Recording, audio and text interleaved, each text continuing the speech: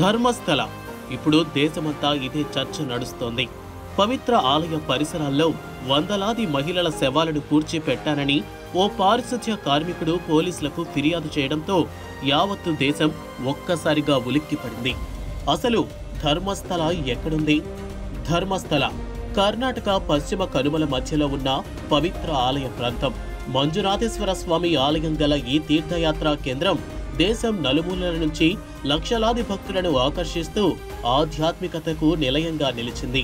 కానీ తాజాగా ఓ సంచలన ఆరోపణ ఈ ప్రాంతాన్ని తీవ్ర కలకలానికి గురిచేసింది.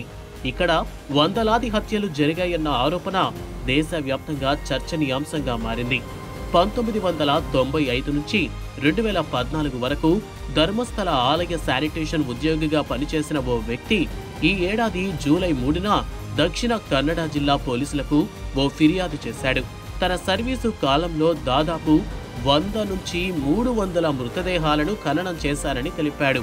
వీటిలో ఎంతో మంది మైనర్ బాలికలు, యువతులు ఉన్నారని, వారిపై లైంగిక దాడులు, యాసిడ్ దాడులు జరిగాయని స్పష్టంగా పేర్కొన్నాడు. ఈ శవాలను నేత్రావతి నది ఒడ్డున ఆలయం పక్కనున్న అడవుల్లో పాతిపెట్టినట్లు, కొన్ని సందర్భాల్లో నదిలో విసిరేశానని వివరించాడు. తన వాదనకు బలంగా కొన్ని ఫోటోలు, ఆధారాల్ని కూడా పోలీసులకు సమర్పించాడు. హత్యలకు ఎవరు కారణం? పారిశుధ్య కార్మికుడు చేస్తున్న ఆరోపణల ప్రకారం ఈ హత్యల వెనుక ఆలయానికి చెందిన పలువురు అధికారులు ఉన్నారని చెబుతున్నారు.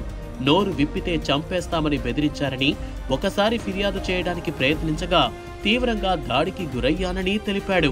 తన కుటుంబంలోని ఓ బాలికపై లైంగిక దాడి జరిగిన తర్వాత మానసికంగా తట్టుకోలేక ధర్మస్థల వదిలి వెళ్లిపోయారని వివరించాడు. కానీ దశాబ్దం తర్వాత మనసులో ఉన్న అపరాధ భావంతో తిరిగి వచ్చి వాస్తవాలు బయటపెట్టినట్లు చెప్పాడు. అతని వాంగ్మూలం పోలీసులను కూడా ఉలిక్కి పడేలా చేసింది. అయితే పారిశుధ్య కార్మికుడు చేసిన ఆరోపణల్లో ఎంతవరకు నిజం ఉందన్న అనుమానాలు వ్యక్తమవుతున్నాయి. 300 మంది మృతదేహాలు ఖననమయ్యాయని అంటున్న వేళ ఇన్ని మిస్సింగ్ కేసులు ఏవీ బయటకు రాకపోవడం అనుమానాలకు తావిస్తోంది. దేశవ్యాప్తంగా సంచలనం. అయితే కొన్ని ఘటనలు మాత్రం ఇది నిజమనే వాదనకు బలం చేకూరుస్తున్నాయి.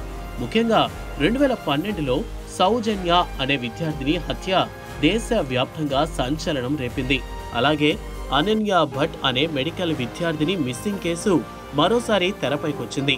అనన్య భట్ తల్లి కోర్టును ఆశ్రయించి తన కూతురు అస్థికలు ఇప్పించాలని కోరింది.